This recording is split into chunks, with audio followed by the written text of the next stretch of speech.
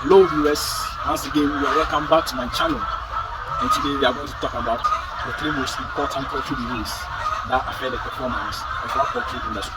There are major challenges that we farmers face in the industry, and I'm here to enlighten you about these three major poultry diseases that we farmers face. These are diseases that can collapse your farm if you don't take it into consideration. So kindly give me some kind of audience. The first one that I would like to talk about is Gumboro.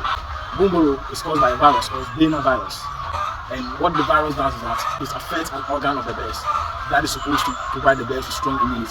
So when the organ is being affected, then the bears are being susceptible to all kinds of infections because their immune system has been suppressed. So that's what Gumboro does to the bears. Gumboro actually affects your bears from 3rd to the 4th week.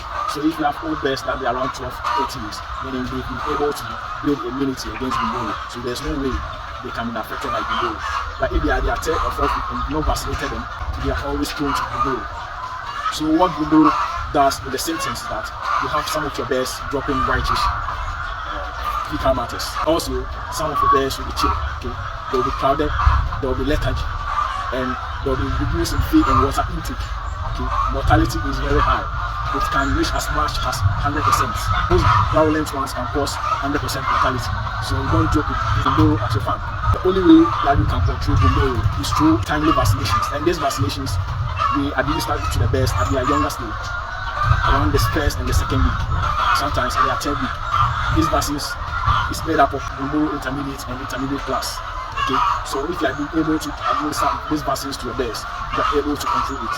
Also, some of the hatcheries are able to vaccinate the day witches against Gumboro. We provide you with adequate vaccination schedules so that you can follow to do away with this catastrophic disease. The second kind of disease that I would like to talk about is Newcastle, a very devastating disease that affects bears at all stages of their life. It can affect both young bears and it can affect both new bears. It's a respiratory and also a nervous system disease. So what Newcastle does is that with old bears, it suppresses their laying potentials. Okay, and most of the bears will be pale, they will be misshapen, white in color, and some of them will be bleached. Okay, some of them will be very small. And with your young bears, it's very eminent if you see that you have these droppings, okay, of your bears. That means you are likely to encounter Newcastle at your farm. And there will be reduction in feed and water intake. Production can also reduce as much as 50%. Okay. So if you don't deal with Newcastle at your farm, mind you are not going to receive that kind of maximum potential at your farm.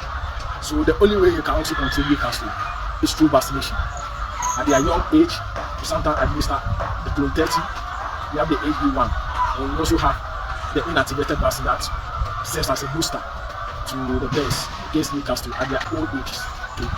And what we do is also is that you also have to check the level of antibody of the bears before you vaccinate them against Newcastle, and that can be done by a certified veterinary doctor.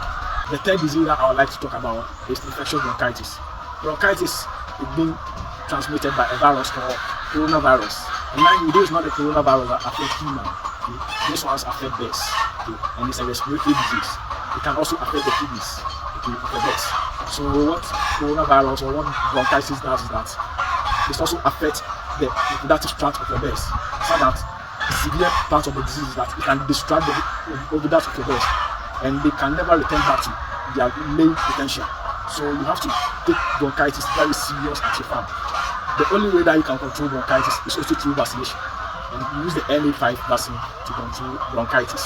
Or rather, there are different serotypes of bronchitis that cannot be controlled by NA5. But the best is to consult a veterinary, whereby they are able to do a pulmonary test, whether you have bronchitis at your farm before you can administer a vaccine, or you can follow a vaccination or medication schedule. Bronchitis also affects the kidneys of the bears, so sometimes if you administer medications to them, it might not work. Yes, so unless the bears build immunity against it. So with the symptoms, the eggs will also be pale, you have a watery abdomen, there will be reduction in feed and water intake, and there can be a reduction as high as 50 to 70% with the virulence of the bronchitis. So these are the three major diseases that affect our poultry industry. If you are being able to control this major poultry disease, you are going to flourish in the poultry industry. So thank you and have a very good day.